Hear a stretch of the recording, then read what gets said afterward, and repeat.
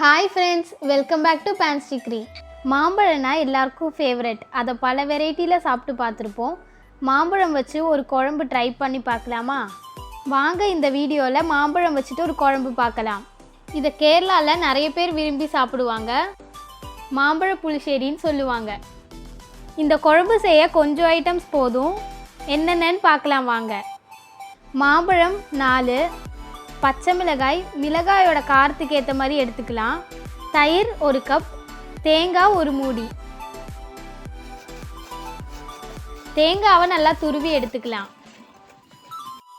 First நம்ம குழம்புக்கு தேவையான தேங்காயை அரைக்கிறது ரெடி பண்ணிக்கலாம்.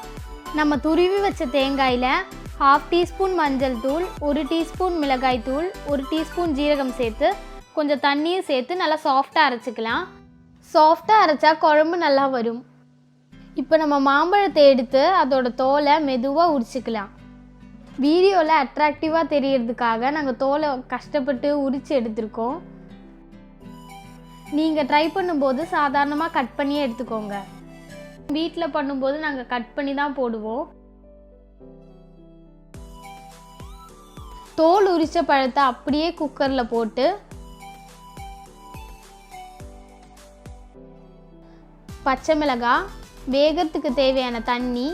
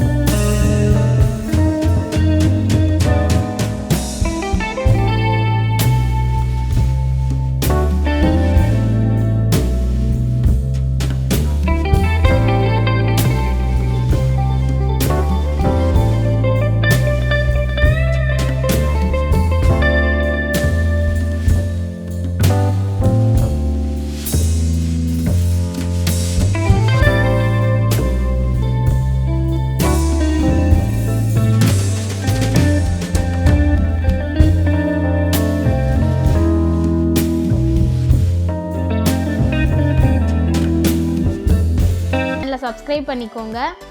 பெல் ஐக்கானை டேப் பண்ணிக்கோங்க. தேங்க்ஸ் ஃபார் வாட்சிங்.